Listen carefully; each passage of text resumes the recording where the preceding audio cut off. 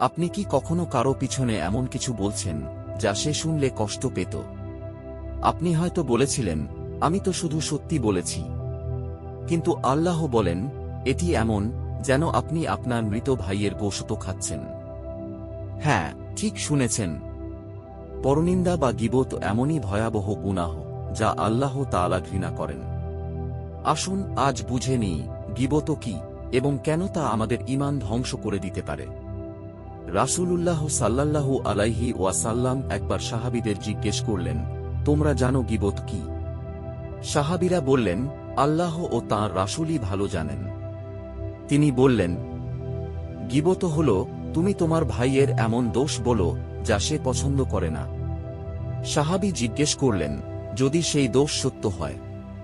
রাসূল সাল্লাল্লাহু আলাইহি ওয়াসাল্লাম বললেন, তাহলে সেটি গীবত। আর যদি মিথ্যা হয়, তবে তা বুহতান।